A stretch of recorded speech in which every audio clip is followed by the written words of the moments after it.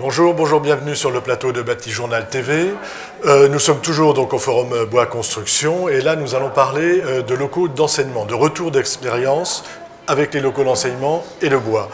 À ma gauche, monsieur Guillaume Bellus, bonjour, vous êtes architecte.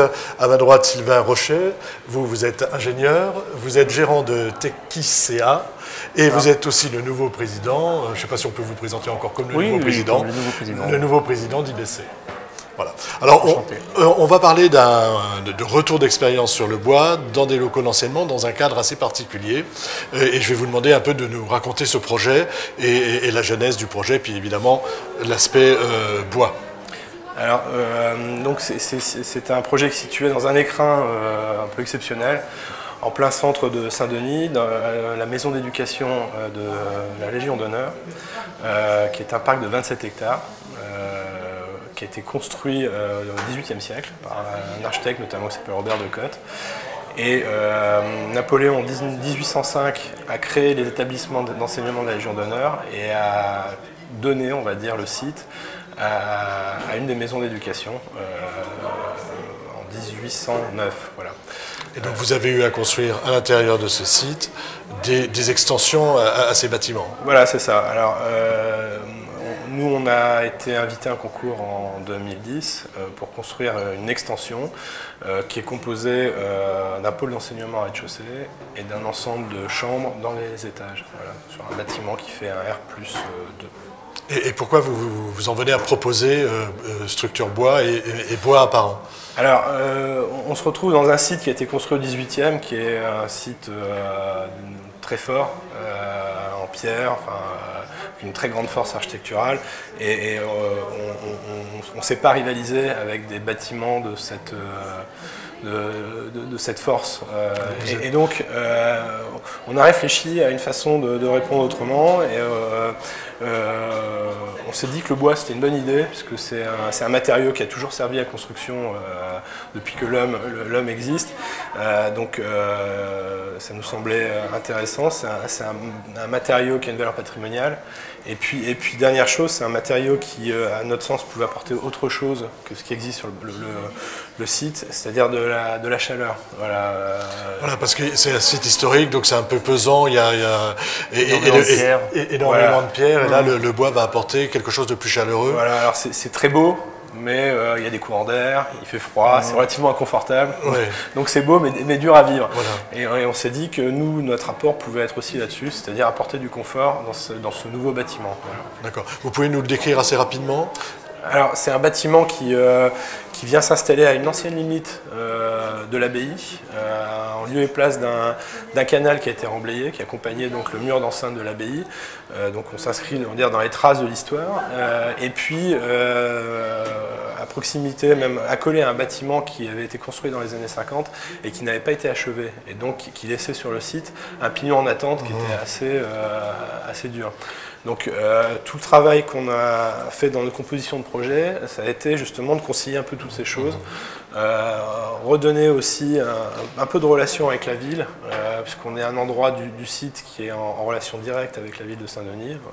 Donc on voit aussi le bâtiment depuis la ville. Voilà, et donc notre bâtiment prend la forme d'une baïonnette, comme ça, et qui cherche à recomposer, on va dire, avec tous ces éléments et apporter des réponses à tous ces problèmes qui étaient posés à cet endroit-là. Alors, on a le projet Archi. Maintenant, on va aller voir ce qui se passe du côté de l'ingénieur, c'est-à-dire comment on transforme ce projet en un travail d'ingénierie et quels sont les choix techniques qui sont réalisés, j'imagine, avec vous. Comment tout ça s'imbrique? Bon, déjà, nous, on a appréhendé le projet avec effectivement beaucoup d'intérêt parce que nous, c'est vrai que le bois en tant que bureau d'études, c'est une conviction.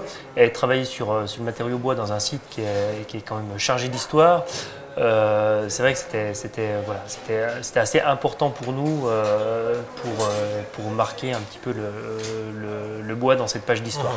Pour revenir ajouter une page d'histoire dans une page d'histoire complémentaire. On parle beaucoup effectivement de transition et le bois s'inscrit énormément dans cette transition. Donc pour nous, c'était très très marquant et c'était très important. Ensuite, le projet tel qu'il était initialement conçu par Guillaume nous convenait très bien dans la trame réalisé parce qu'on a des bâtiments d'enseignement au rez-de-chaussée, des chambres à l'étage qui sont très tramées. Donc on avait une trame qui nous convenait bien au niveau de la structure bois, c'est-à-dire qu'on avait des trames de murs extérieurs porteurs avec la trame de couloir intérieur qui distribuait les chambres, qui était également pris en mur porteur, voilà, et avec des dalles de plancher qui portaient de façade à façade avec des appuis intermédiaires. Ces trames pour vous sont importantes parce que ça vous permet de bien dimensionner et de bien calculer les rapports de charge. Bien calculer, et c'est déjà dans la conception de départ, on a une conception qui est très rationnelle et qui pour nous, pour le bois, est très importante parce que ça simplifie aussi la mise en œuvre derrière. Et puis on est dans un site occupé, dans un parc chargé d'histoire avec des arbres centenaires également, et on doit préserver tout cet environnement, ce qui nous permet de travailler en éléments préfabriqués et d'avoir une nuisance, voilà, filière sèche, et d'avoir une nuisance la plus faible possible sur le chantier, et d'avoir une réalisation qui se fasse effectivement dans un délai relativement court pour minimiser les nuisances. Au plan des modes constructifs que vous choisissez, il y a d'un côté le CLT pour les planchers et l'ossature classique, on va dire, pour les façades et les murs. Donc pour quelles raisons vous faites ces choix? Alors, ces choix, c'est-à-dire que nous, on a une vision un petit peu transversale du bâtiment. C'est ce qu'on apporte effectivement comme plus-value à l'architecte. C'est qu'on va travailler, nous, sur la conception des enveloppes. On définit les enveloppes extérieures, les complexes de murs, et qui puissent s'inscrire effectivement dans la signature architecturale. Et là, donc pour nous, le la coup, solution la plus optimisée... Ça vous satisfaisait ce type de choix? Oui, en fait, à l'époque du concours, en fait, on était parti sur cette hypothèse. Après, il fallait la transformer. Donc, la transformation, Sylvain nous a aidé justement à transformer cette hypothèse, quoi. Mais en fait, je dirais que le travail de Sylvain, il s'est mis au service de notre architecture. Je pense que c'est un peu le sens de ce que tu disais précédemment, quoi. Voilà. Et donc nous effectivement on va essayer d'optimiser la construction. Le choix qui a été fait, c'est du mur ossature bois, je dirais traditionnel en mur porteur extérieur, mur porteur ossature bois intérieur, et puis dalle CLT sur appui multiple. Et on travaille en plateforme, c'est-à-dire qu'on pose les murs, on pose les dalles, on continue, on revient avec les murs du R+1. Et voilà, jusqu'au R+2. Et puis en toiture, donc là on est parti sur un chevronnage traditionnel, isolation et couverture zinc en couverture, et puis avec une noue centrale en étanchéité. Voilà, donc du joint debout pour la couverture qui s'intègre. Il y a du zinc déjà là-bas ou c'est du cuivre. C'est du cuivre. La basilique de Saint-Denis avec leur cuivre. D'accord. Alors, un sujet important dans les lieux d'enseignement, c'est l'acoustique. Oui. On a du monde qui passe, il y a des chambres, il y a des circulations. On sait que c'est l'un des reproches qu'on peut faire au bois. Donc, comment vous traitez ça? Donc c'est vrai que nous, bureau d'études bois, alors c'est vrai qu'on est bureau d'études de structure, mais aussi on est bureau d'études enveloppe. Et c'est vrai que quand on accompagne les architectes, on apporte des solutions qui sont réfléchies en termes d'acoustique, thermique également. Bon, on n'est pas acousticien, on n'est pas thermicien, mais on définit les complexes. Voilà, vous avez un complexe, vous savez que votre complexe va répondre aux contraintes thermiques et aux contraintes acoustiques. Là, on avait la chance sur ce projet-là de ne pas avoir de contraintes particulières de la part du maître d'ouvrage.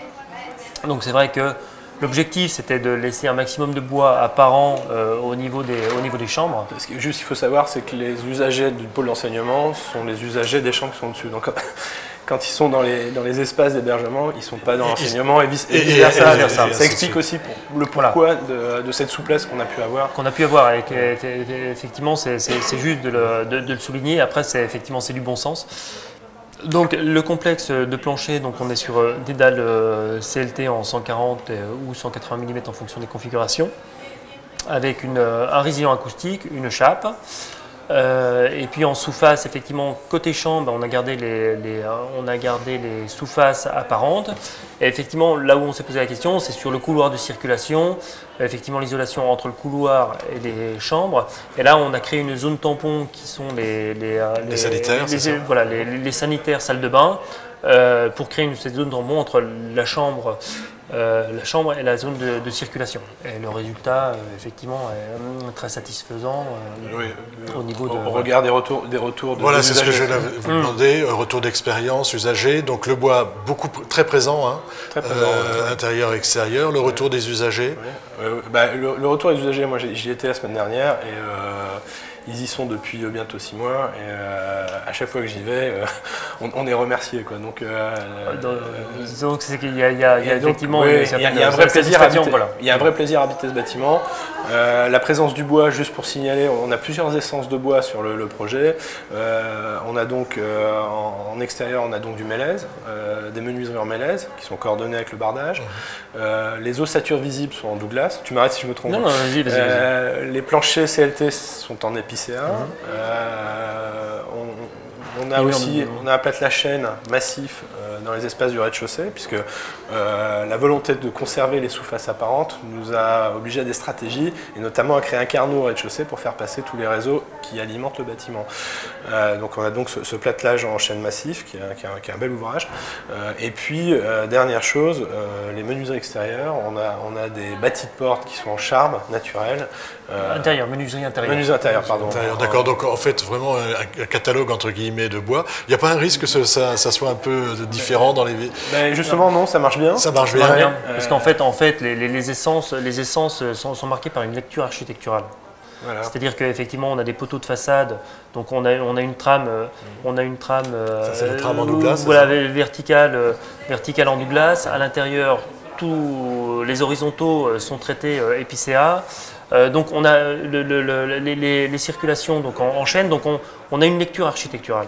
C'est-à-dire qu'effectivement, l'essence est liée à une fonction. Et donc ça se lit très très bien. Tout ça est bien lié, voilà. Et donc retour d'expérience chaleureux, j'imagine. Très chaleureux. Et donc on parlait d'acoustique tout à l'heure, au plan de l'acoustique, le retour d'expérience est aussi positif. Il est très bon. On a aussi, en parement intérieur dans la circulation, on a un panneau qui marche bien en acoustique, un panneau qui s'appelle le Viroc, qui est un panneau de fibre ciment. Posé encore une fois brut, sans finition. Ça va dans la logique de tout ce qu'on a mis en place sur le chantier, c'est-à-dire des filières sèches, des matériaux bruts posés sans finition. Voilà, il n'y a aucune finition, hein, c'est des matériaux bruts, on n'est pas à les mettre dessus une lasure. Rien du tout. Ils vont, on monte le matériau dans son état brut, dans sa vérité. Et il va se patiner avec le temps. Voilà. Sur cette patine, sur ce temps, on sait tous que c'est parfois un peu difficile à accepter dans le vieillissement des matériaux sur le bois. Ouais. Est-ce que là, pareil, en retour d'expérience, est-ce que vous avez eu des remarques à ce propos? Alors, à ce stade, non. Je dirais que ce qu'on a fait sur le bâtiment, c'est qu'on s'est beaucoup prémuni de la garde au sol, parce qu'on a des poteaux qui sont cerclés avec des capots métalliques en partie en pied. On a en général, tous les rez-de-chaussée ne sont pas en bois, ils sont traités en fibre ciment également. Et quand les rez-de-chaussée sont en bois, c'est qu'ils sont décollés du sol. Donc ils n'ont pas de problème. Normalement, on n'a pas de problème de rejaillissement avec le sol. Ouais. En termes d'ingénierie, c'est des choses auxquelles vous faites attention. Alors, comment ça se passe? Oui, c'est clair. L'ennemi du bois, c'est l'eau. Donc en structure, c'est clair que on va toujours protéger. Les éléments de structure porteurs seront toujours protégés effectivement de l'eau, parce qu'il faut absolument éviter les pièges à eau. Alors quelquefois on peut avoir des structures qui sont en extérieur, mais qui sont conçues pour toujours avoir des assemblages drainants. Donc dans le cadre de notre bâtiment, effectivement on a des éléments extérieurs qui sont en Douglas, purgés d'aubier, donc voilà, qui vont eux vieillir, je dirais, naturellement en surface, donc qui vont griser dans le temps. Par contre, on a une protection des pieds de poteau, effectivement, pour ne pas créer, ce qu'on appelle de piège à eau. Le piège à eau, un point sensible qui viendrait dégrader. Donc nous, on est vigilant là-dessus. Après, le traitement des façades extérieures, qui sont effectivement les bardages bois qui sont soumis effectivement à un vieillissement, qui vont griser dans le temps. Et ça, effectivement, c'est une préparation du maître d'ouvrage. C'est un choix aussi architectural d'avoir... Et puis aussi une disposition qu'on a eue, puisque ce qu'on n'a pas dit, c'est que le bardage fait un mouvement de vague.